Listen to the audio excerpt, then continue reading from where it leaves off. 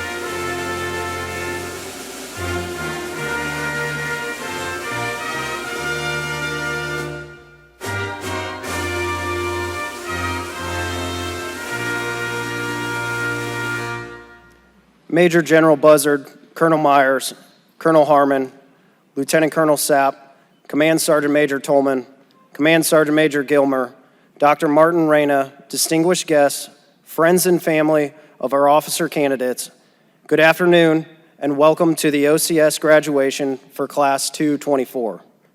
This class started their 12-week journey on October 30th, 2023, with 128 candidates. And today, the U.S. Army will receive 109 newly commissioned second lieutenants and 1 Armed Forces of Malta second lieutenant. Although their OCS journey is ending, they will continue to learn and develop as leaders to ensure our Army remains the premier fighting force in the world. These candidates successfully completed Officer Candidate School, which consists of 3 phases: the basic officer candidate phase, the intermediate officer candidate phase, and the senior officer candidate phase. The basic phase consists of 7 weeks of academics, intense mental and physical training to include the Gold to Black event, obstacle course, land navigation, and a field exercise where they are evaluated on their field leadership abilities. The intermediate phase consists of additional leadership evaluations, academic courses, Leaders Reaction Course, and the Black to Blue event. The senior phase consists of senior mentor sessions and social events as the candidates transition to commissioned officers. The officer candidates will branch into all areas of the Army. After graduation today, our newly commissioned second lieutenants will report to their branch-specific basic officers leaders course. Ladies and gentlemen, please join me in welcoming the Commandant of the Federal Officer Candidate School and Commander of 311th Infantry Battalion, OCS, Lieutenant Colonel Wilford Garvin. Distinguished guests, friends, and families of Battle Company, 3rd Battalion, 11th Infantry Regiment, and Federal Officer Candidate School Class 2-24, thank you for joining us today at Fort Moore. The Army named our post after Lieutenant General Hal Moore and his wife, Julie.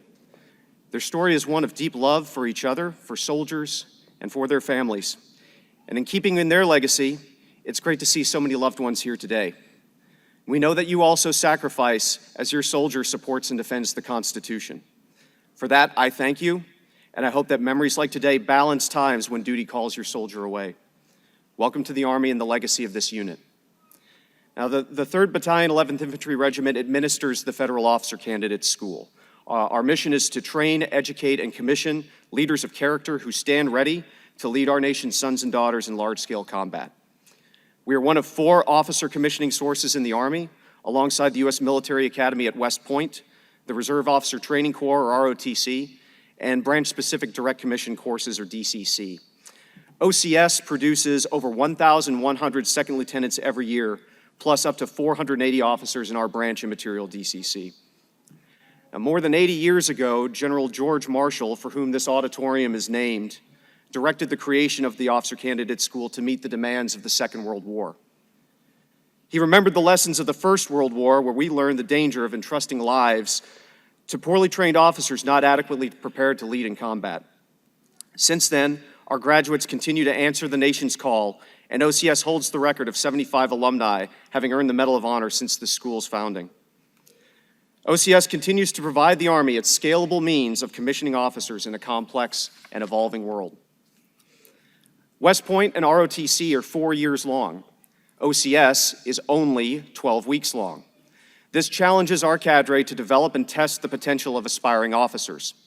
As such, OCS employs methods refined over decades to create discomfort and stress to test what these leaders have got. The school is rigorous and not always fun. About 20% of an OCS class will be recycled or dismissed for physical, academic, leadership, or character shortcomings. Not everyone makes it, and rightly so.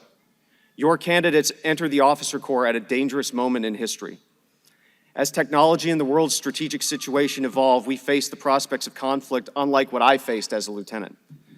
They must be ready to face peer or near-peer enemies in large-scale combat operations where we will be contested in all domains: land, air, sea, space, and cyber. Our soldiers deserve outstanding leaders, and the Army needs them to be better than I was. Since the birth of OCS, some question if 12 weeks is enough to make one of these 90-day wonder officers. However, in annual surveys, Army leaders consistently praise the quality of OCS graduates at their first assignments. There's something about this school that takes civilians or non-commissioned officers and turns them into successful officers so quickly. So, despite the barracks that are a century old, air conditioners, heaters, and pipes that struggle against the Fort Moore summer heat or winter cold, and I understand that this class was not without incident and a pipe bursting. So we have the characteristic infantry austerity in the field. That's a big part of the course. And then this students and cadre alike talk about the maddening blend of basic martial discipline and encouraging critical and creative thinking. So despite all that, what is it that makes OCS so effective? I'd argue it's the people. OCS itself is a school. That's an assortment of barracks, classrooms, classes, tests, traditions, rituals. However, it's the people training with or assigned to 3rd Battalion, 11th Infantry Regiment, supported by their families, who achieve these results. The soul of a unit is its people, and this unit has experienced, dedicated, and professional cadre who understand the strategic importance of their mission. We have committed and driven candidates from all walks of life who support and learn from each other. 109 candidates will soon commission into 17 different branches of the Army as active duty, National Guard, and Reserve officers. And we also have the pleasure of graduating one officer from the Republic of Malta. About 20% of them have previous military experience. There are NCOs in this group with combat experience and former members of our sister services here. Most have only 21 weeks of Army basic training and OCS experience. All of them have at least a bachelor's degree, and on average, 1/5 of every class has a master's degree or higher. They're from all across the country and the world. In addition to the continental United States and Puerto Rico, we have OCs born in Azerbaijan, China, Ecuador, Ghana, Haiti, Iran, Madagascar, Nepal, the Philippines, Republic of Malta, the Russian Federation, Singapore, South Korea, and Vietnam. They have backgrounds in all walks of life, something that makes an OCS officer unique in diversity of experience, perspective, and maturity. Many here are in the reserve component and also hold civilian jobs or second professions. And this class has 4 doctors in research engineering, physical therapy, chiropractics, and a Juris Doctor. The youngest candidate here is 20 years old. The oldest is 41. The average age of an OCS graduate is 28 versus 21 at ROTC or West Point. The highest military rank achieved here is Master Sergeant. That's why these future officers are so likely to succeed. OCS draws people with maturity, drive, and real-life experience guided by professional cadre. For a few of these candidates, OCS was easy. For others, it was hard. And for most, it was an often uncomfortable indoctrination into both the good and the less pleasant aspects of the Army. In all cases, they leave here knowing that they have proved their character and physical, mental, emotional, and spiritual fitness to lead. They have earned their insignias of rank and the privilege to lead with the perspective and humility that comes from coming to Fort Moore, to be all they could be. Candidates, my congratulations to you all. You've earned this. Know that you're ready for this. I wish you all the best, and I charge you ever to maintain the traditions of excellence of OCS and the 11th Infantry Regiment as you lead our nation's most treasured resource, her sons and daughters.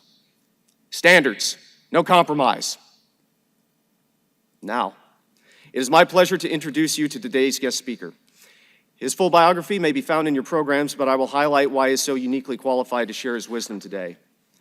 Lieutenant Colonel Donald W. Sapp currently serves as the Deputy Commandant for the Western Hemisphere Institute for Security Cooperation, or WINSEC. He entered the United States Army in October of 1987 as an enlisted soldier, and later commissioned as an infantry lieutenant and distinguished military graduate from OCS. His assignments include 3rd of the 19th Infantry at Fort Stewart, Georgia, team leader through platoon sergeant in parachute infantry regiments in Panama, Vicenza, Italy, and Fort Bragg, North Carolina, platoon leader 1st of the 504th Parachute Infantry Regiment, headquarters company executive officer, G3 NATO planner, headquarters U.S. Army Europe and 7th Army, deputy brigade operations officer of the Stryker Brigade in Joint Operations Area Iron, Iraq, commander, Assassin Company, 2nd of the 6th Infantry, Operation Iraqi Freedom, and HHC, 2nd Brigade, 1st Armored Division. Foreign Area Officer with Headquarters, Department of the Army International Affairs Division. Service with the 162nd Infantry Brigade in Operation Enduring Freedom, Afghanistan. Battalion Executive Officer, 3rd of the 353rd Armor Regiment. WINSEC Director for School of Leadership and Tactics, and the Director for the School of Professional Military Education. And most recently, he served in a joint assignment as the Chief of the Office of Security Cooperation in Guatemala. Lieutenant Colonel Sapp's military education includes numerous NCO schools, Infantry Officer Basic Course and Captain's Career Course, and intermediate level education. His schools include Airborne, Ranger, Mech Leader Course, Master Fitness Trainer Course, Tow Master Gunner Course, Air Force Airlift Planner Course, Jump Master, Pathfinder, and the Combined Arms and Service Staff School. And in addition to the badges and tabs from those above schools, his military awards include the Bronze Star Medal with Oak Leaf Cluster, Defense Meritorious Service Medal with 3 Oak Leaf Clusters, the Iraq Campaign Medal, the Afghan Campaign Medal, the Global War on Terror Expeditionary Medal, the NATO Medal, the Presidential Unit Citation, the Meritorious Unit Citation, the Army Superior Unit Award, the Navy Unit Commendation, Combat Infantryman Badge, Expert Infantryman Badge, German Parachutist Badge, and 2 Guatemalan Monja Blancas, which that is the highest award that Guatemala awards to members of external armed services. So, ladies and gentlemen, please join me in welcoming an honored alumni of the regiment and of OCS, Lieutenant Colonel Donald W. Sapp.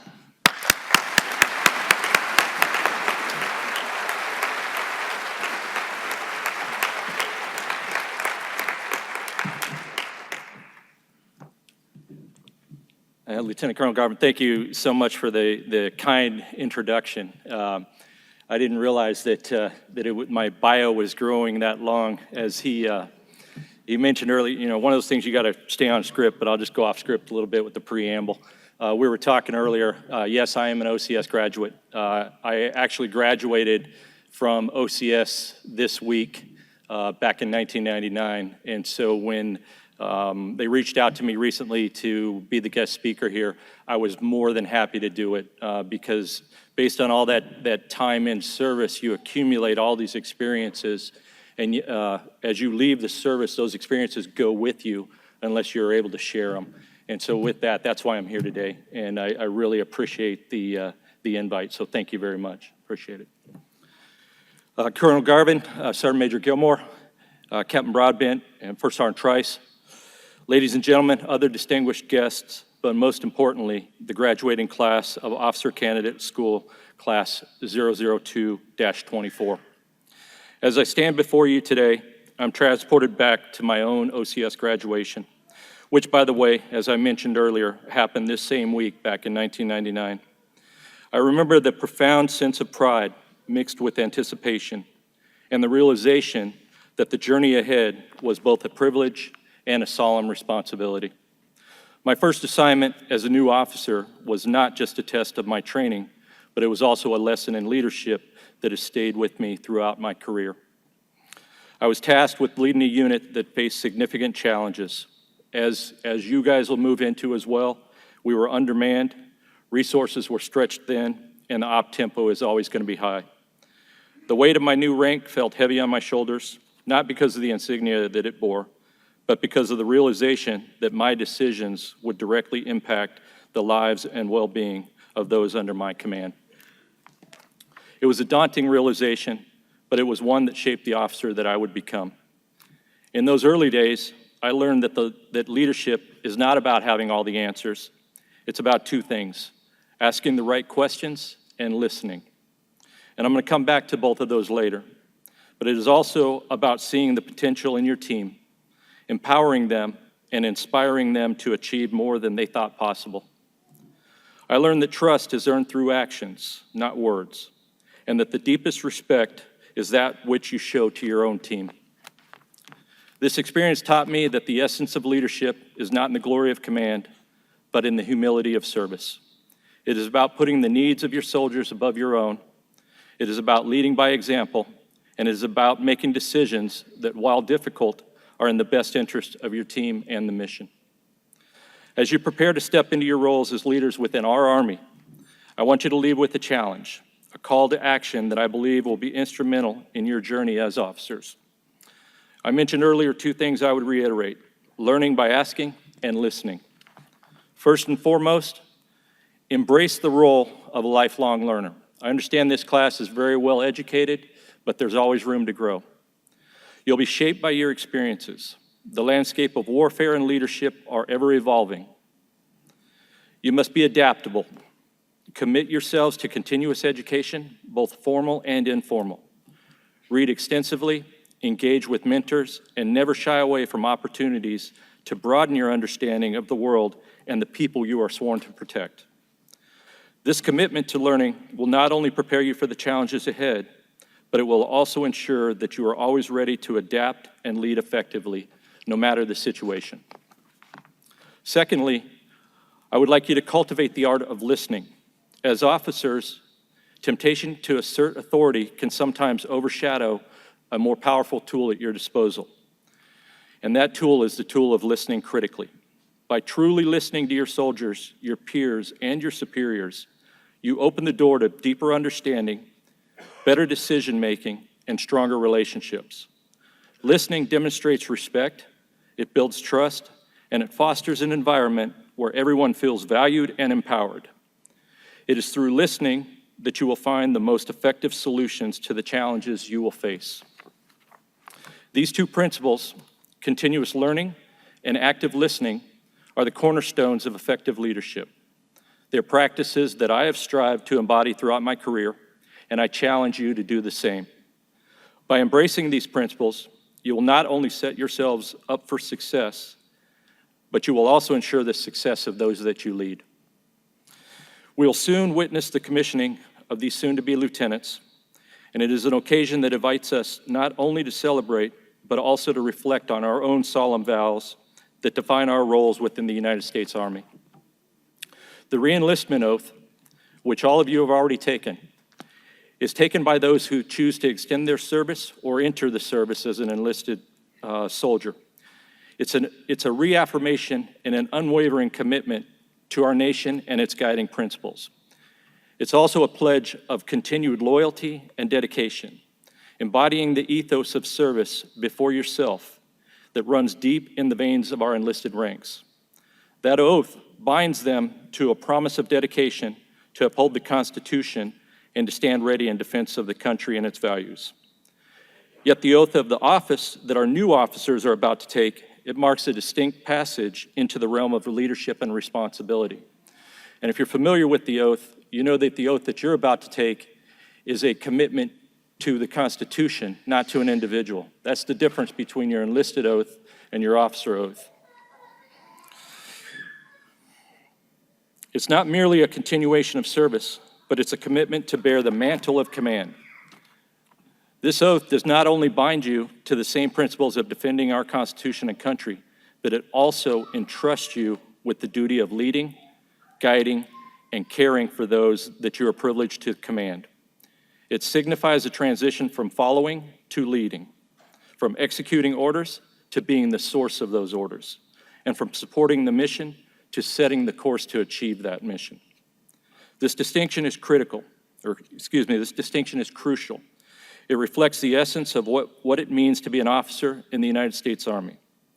The officer oath is a sacred vow not only to serve, but to lead with integrity, courage, and unwavering commitment to excellence. It's about setting the example, it's about being the first to face the challenges, and it's about being the last to seek refuge. It encapsulates the profound responsibility of leadership, and that is to guide, to inspire, and to protect. To the graduates, I say, embrace this commitment with the full weight of your heart and soul. The oath you're about to take is a testament to your readiness to lead, to serve, and to excel. It is a promise that transcends the ordinary, and it is a vow to be extraordinary. To the families and friends who have supported these candidates, your unwavering support and sacrifices have been instrumental in their journey. You are truly the unsung heroes of their success, and today we celebrate you as well. And I'd like to take a moment to applaud you.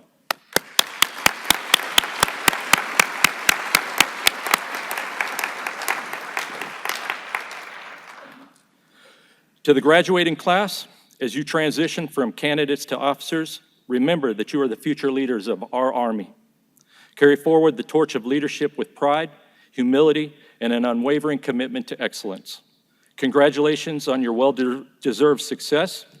I'm confident in your abilities to lead, to inspire, and to uphold the highest standards of our beloved Army.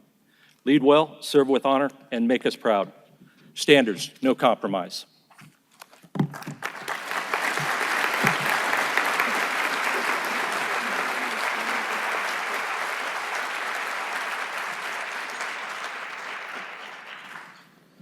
Ladies and gentlemen, Lieutenant Colonel Sapp will now administer the oath of office to Class 224. At this time, family and friends are welcome to take photos as the officer candidates take the oath of commissioning.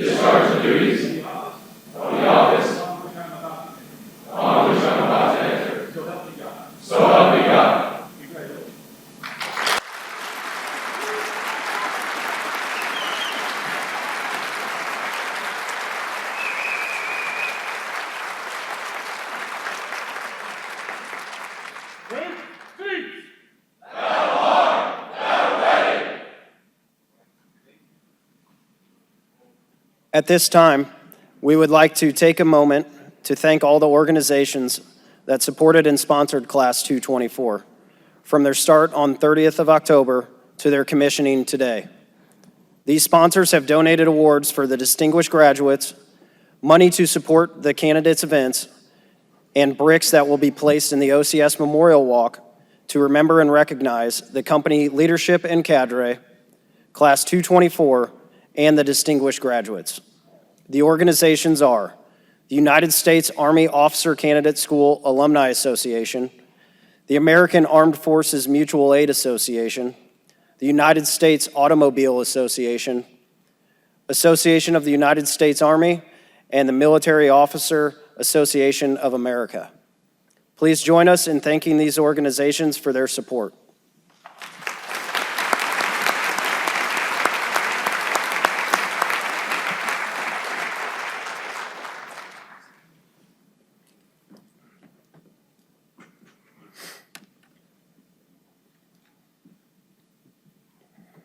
The Distinguished Honor Graduate is the graduate on the Commandant's list who has outperformed all other OCS graduates in academics, physical fitness, and leadership, while displaying the professional qualities required of officers in the United States Army.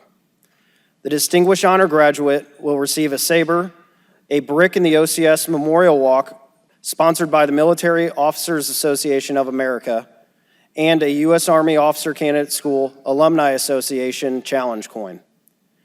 Ladies and gentlemen, the recipient of the Jess Walls Award, Distinguished Honor Graduate of OCS Class 224, is Second Lieutenant Ian Krampf, Infantry.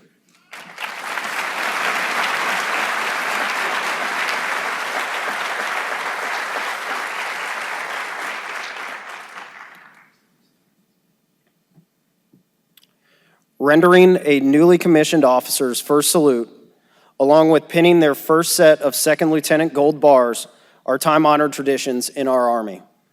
At this time, the class's Distinguished Honor Graduate, Second Lieutenant Krampf, will be joined by his parents, William and Corinne Krampf, who will place the rank upon his shoulder boards.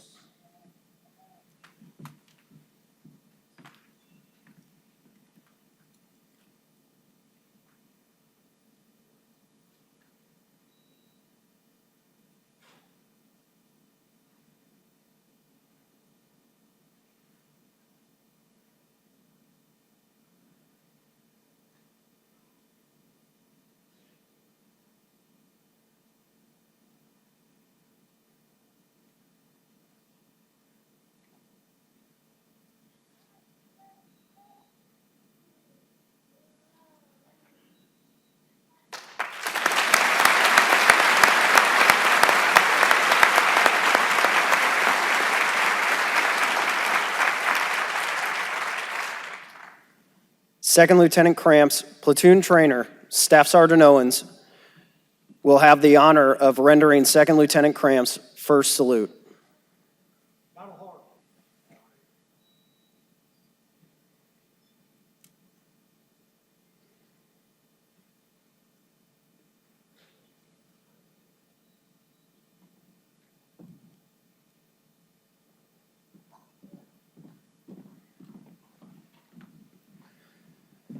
The Distinguished Leadership Graduate is a graduate on the Commandant's list who displayed the highest standard of leadership qualities in the class. The Distinguished Leadership Graduate will receive the Iron Mike Award, a brick in the OCS Memorial Walk sponsored by the United States Automobile Association, and a U.S. Army Officer Candidate School Alumni Association Challenge Coin. Ladies and gentlemen, the recipient of the Robert B. Nett Award, Distinguished Leadership Graduate of OCS Class 224, is Second Lieutenant Grant Broderick, Adjutant General Corps.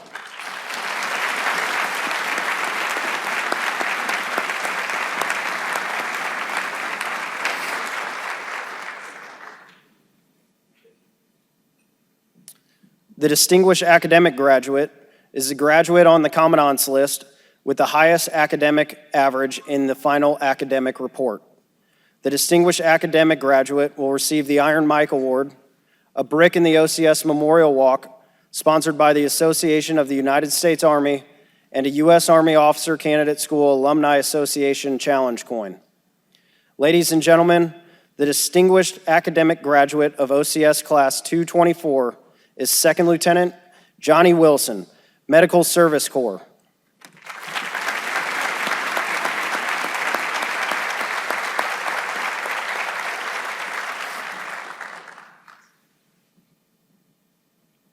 The Hal and Julia Moore Character Award is presented to the individual who demonstrated the most exceptional character throughout OCS. To quote General Moore, He or she must be competent, exercise good judgment, and must have character. By itself, competence is meaningless without character and good judgment. He will receive the Army Achievement Medal, Hal Moore's book on leadership, Winning when outgunned and outmanned, and his diploma. Ladies and gentlemen, the recipient of the Hal and Julia Moore Character Award for OCS Class 224 is Second Lieutenant Elliot Taylor, Military Intelligence.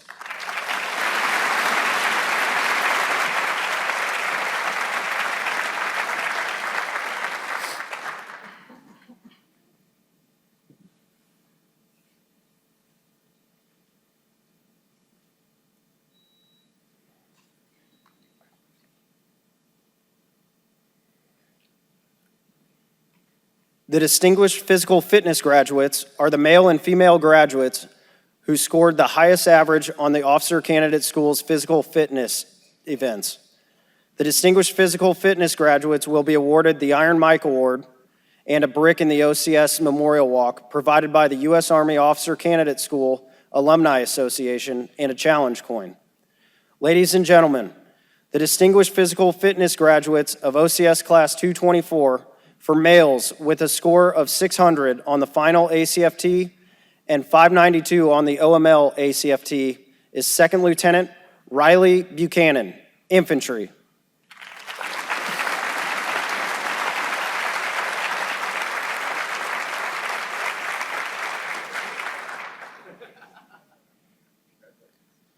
And for females with a score of 594 on the final ACFT is Second Lieutenant Alexandra Bradshaw, Signal Corps.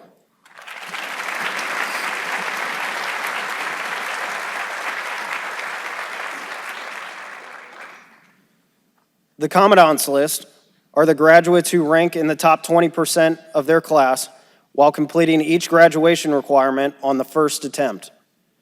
Please hold your applause until the entire Commandant's List has been read.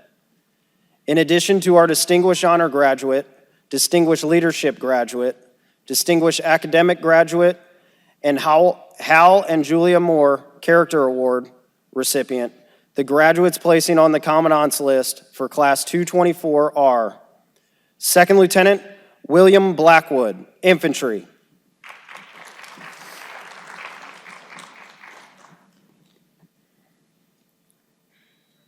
Second Lieutenant James Michael Bondock, Signal Corps.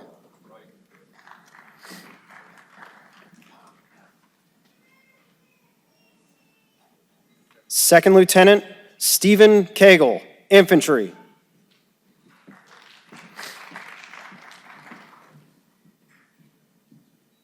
Second Lieutenant Leon Cardy, Adjutant General Corps.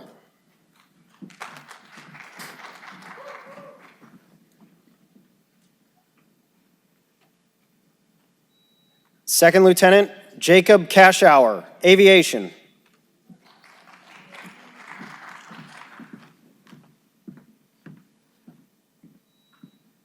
Second Lieutenant Anirudh Chabria, Cyber Corps.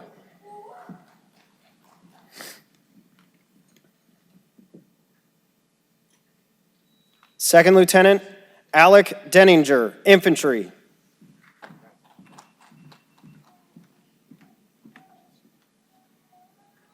Second Lieutenant Nadine Downing, Transportation Corps.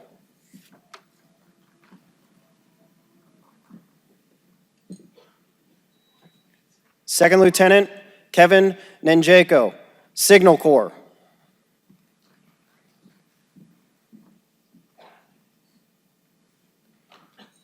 Second Lieutenant Maximilian King, Military Intelligence Corps.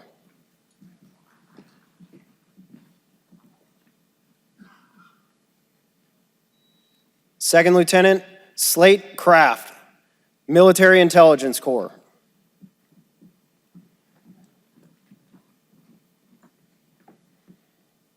Second Lieutenant Yangkun Su, Quartermaster Corps.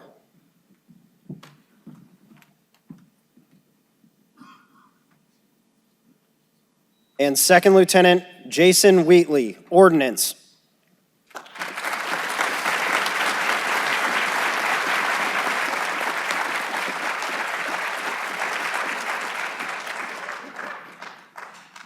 In alphabetical order, the remaining members of OCS Class 224. Please hold your applause until all the graduates have been called. Candidates commissioning as second lieutenants are Second Lieutenant Daniel Aguilar, Cyber Corps.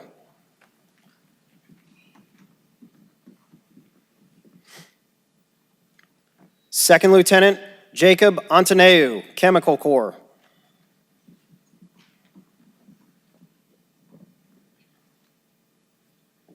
Second Lieutenant Augustine Aragon, Signal Corps.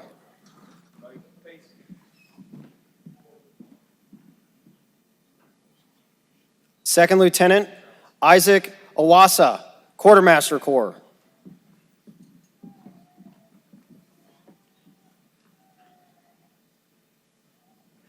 Second Lieutenant Brett Bartoshevich, Corps of Engineers.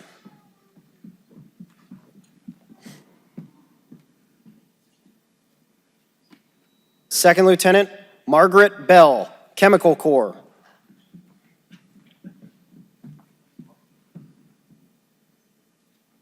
Second Lieutenant Chase Biagini, Military Intelligence Corps.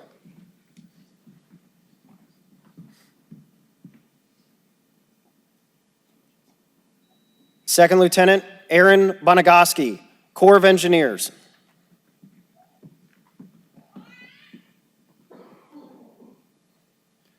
Second Lieutenant Ashton Burke, Quartermaster Corps.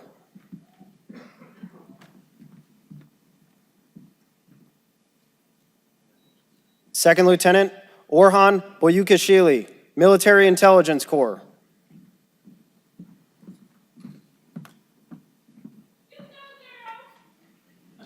Second Lieutenant Jolena Branch, Transportation Corps.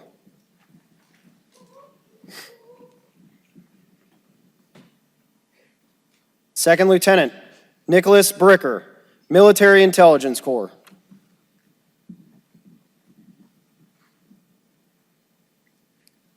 Second Lieutenant Connor Cataldo, Military Intelligence Corps.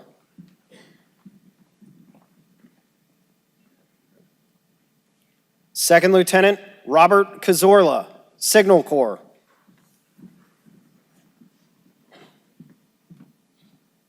Second Lieutenant Andy Chang, Cyber Corps.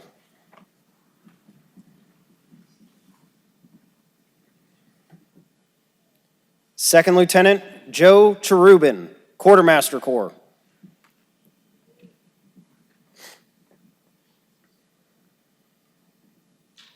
Second Lieutenant Jonathan Claridge, Field Artillery.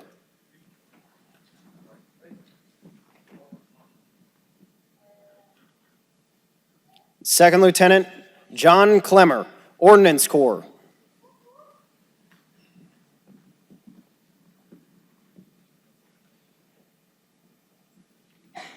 Second Lieutenant Dina Cochran, Military Intelligence Corps.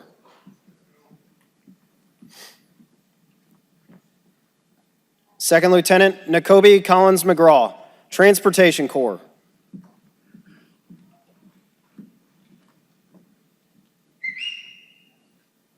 Second Lieutenant Joe Caneo, Aviation.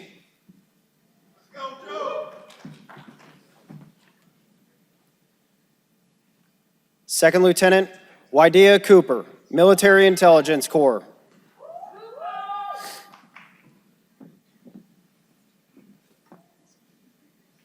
Second Lieutenant Daniel Kudajar, Armed Forces of Malta.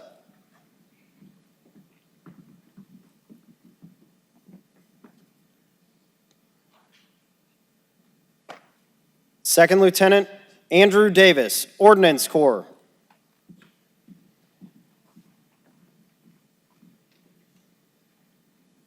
Second Lieutenant Destiny Davis, Adjutant General Corps.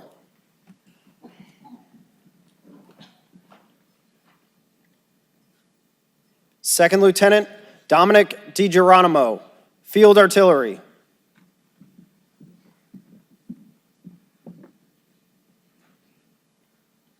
Second Lieutenant Isaiah Diggs, Quartermaster Corps.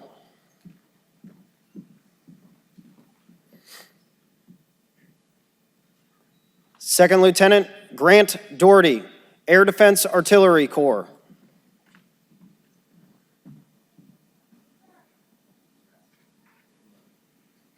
Second Lieutenant Marcus Dorsey, Ordnance Corps.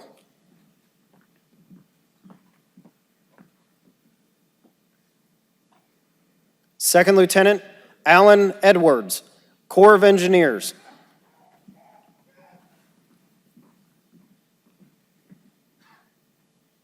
Second Lieutenant Trevor Edwards, Armor.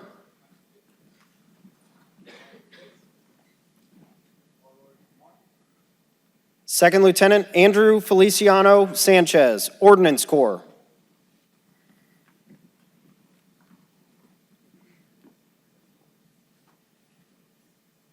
Second Lieutenant Alexander Ferguson, Signal Corps.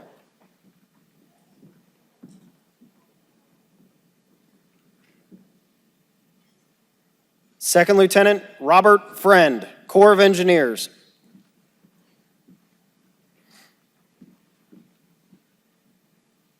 Second Lieutenant Alan Garcia, Infantry.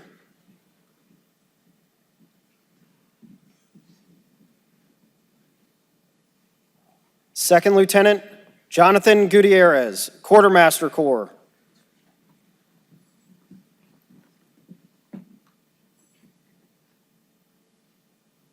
Second Lieutenant Henry Haight, Signal Corps.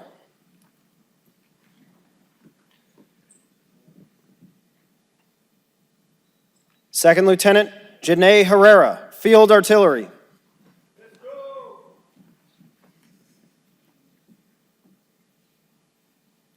Second Lieutenant David Hessler, Corps of Engineers.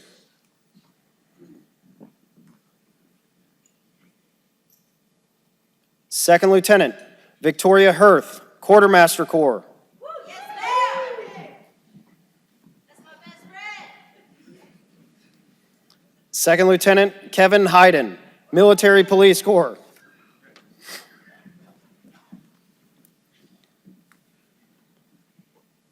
Second Lieutenant Stephanie Jones, Transportation Corps.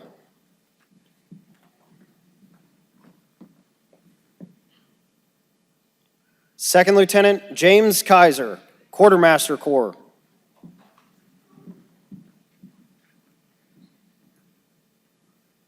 Second Lieutenant Danelle Kemma, Ordnance Corps.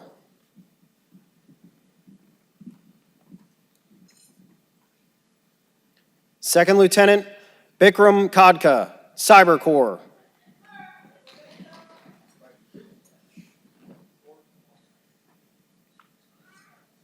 Second Lieutenant Caden Keitlinger, Infantry.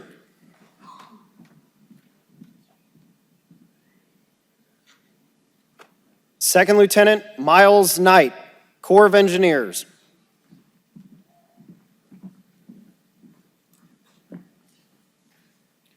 Second Lieutenant Christopher Kwong, Adjutant General Corps.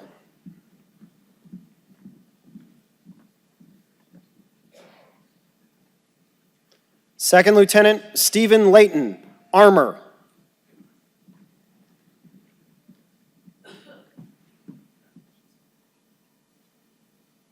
Second Lieutenant Anthony Lay, Military Intelligence Corps.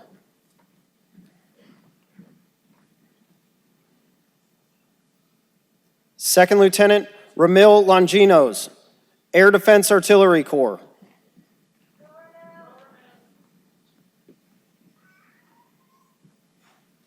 Second Lieutenant William Lopez, Field Artillery.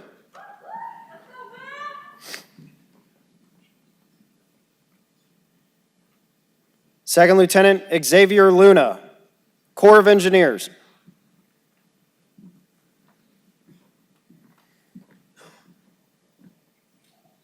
Second Lieutenant Michael McDonough, Signal Corps.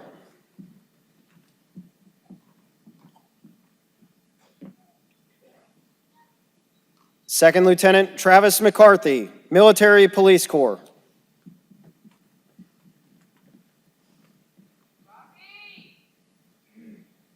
Second Lieutenant Robert Lee McCoy IV, Ordnance Corps.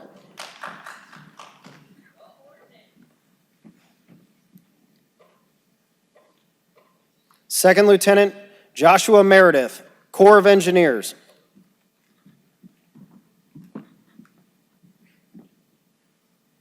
Second Lieutenant Nathan Miller, Corps of Engineers.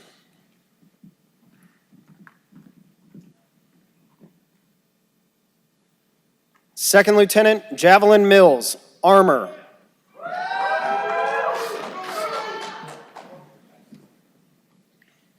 Second Lieutenant Juliana Montoya, Field Artillery.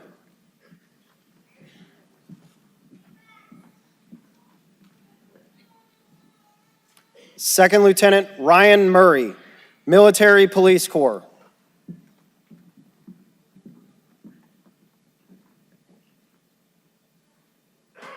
Second Lieutenant Jacob Norwood, Signal Corps.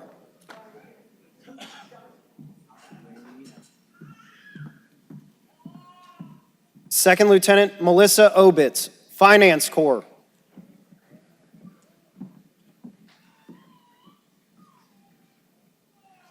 Second Lieutenant Casmus Patrick, Quartermaster Corps.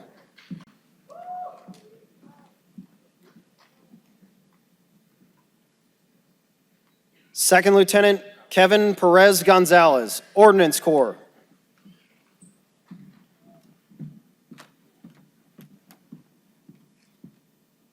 Second Lieutenant Paul Phelan, Corps of Engineers.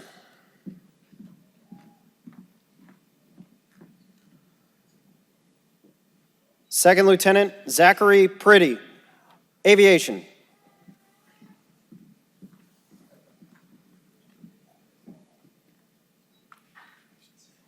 Second Lieutenant Jessica Puentes Hanna, Adjutant General Corps.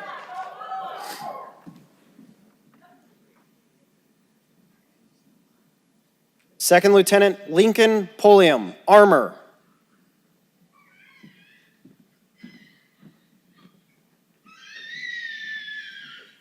Second Lieutenant Hambanarina Razafindrabe, Corps of Engineers.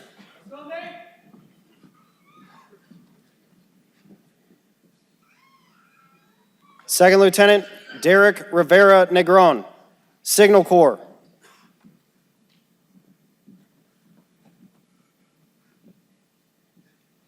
Second Lieutenant Taylor Robertson, Corps of Engineers.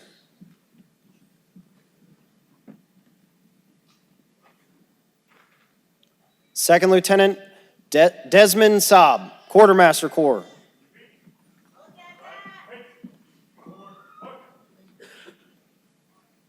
Second Lieutenant Russell Seaman, Adjutant General Corps.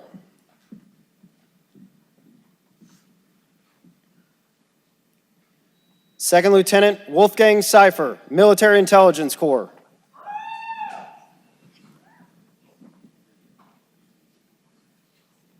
Second Lieutenant Dustin Sykes, Corps of Engineers.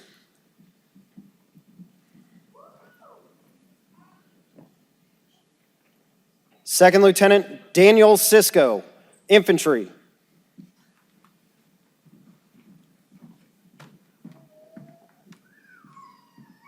Second Lieutenant Jose Solis, Transportation Corps.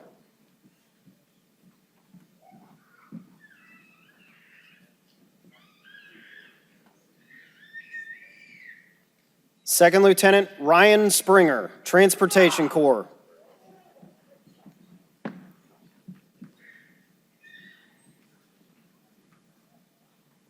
Second Lieutenant Andrew Stover, Quartermaster Corps.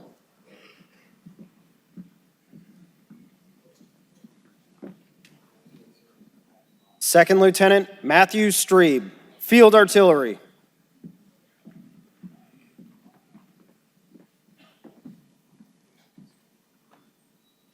Second Lieutenant Naomi Taylor, Military Intelligence Corps.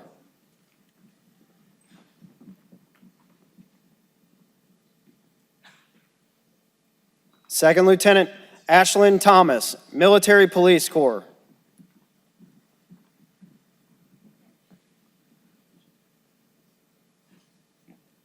Second Lieutenant Aaron Tolliver, Signal Corps.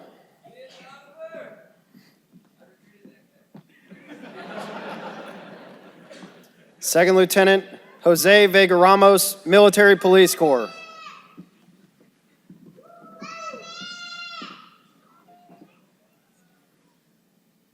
Second Lieutenant Sarah Wagner, Transportation Corps.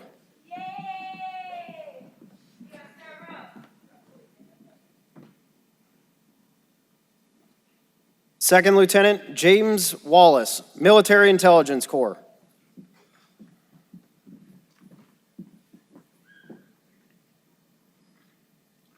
Second Lieutenant Armanush Williams, Field Artillery.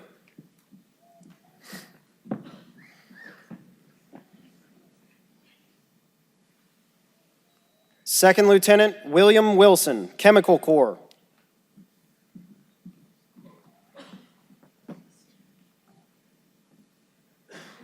Second Lieutenant Sean Yo, Armor.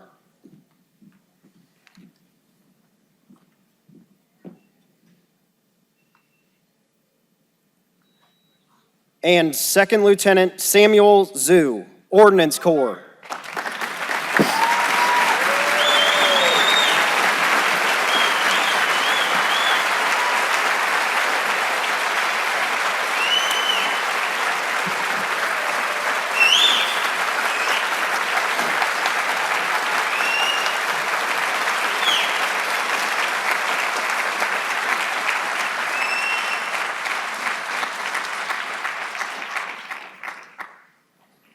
Each cycle, one cadre member is chosen by the candidates and cadre as the cadre of the cycle for their teaching, mentoring, and professional development of the candidates. They will receive a brick in the OCS Memorial Walk sponsored by the U.S. Army Officer Candidate School Alumni Association and a challenge coin. The cadre of the cycle for Class 224 is Staff Sergeant Alejandro Cervantes.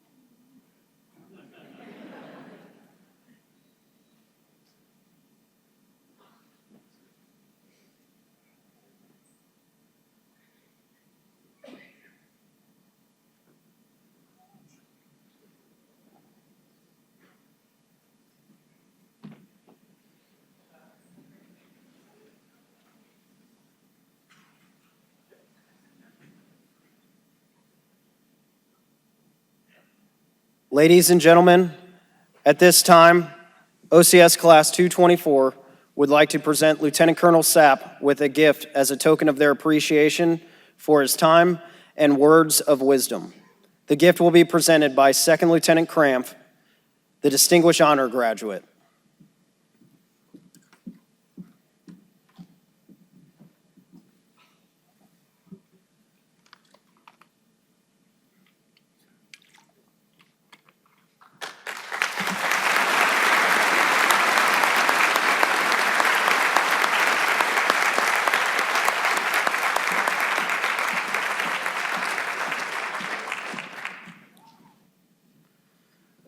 Ladies and gentlemen, please rise for the departure of the official party, the OCS alma mater, and the Army song.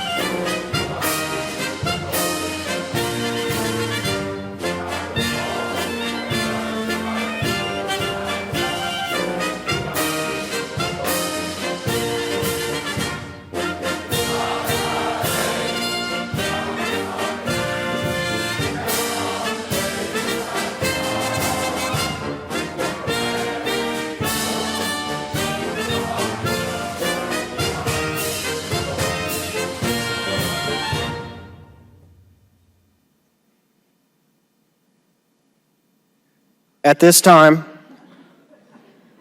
the student commander, Second Lieutenant Cramp, will assume control of the class from First Sergeant Trice.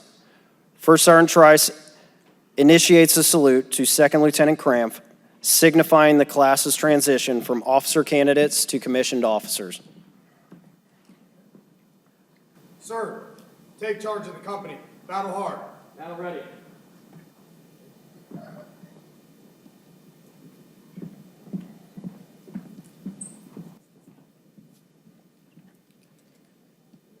Ladies and gentlemen, please remain seated while the new lieutenants exit the auditorium.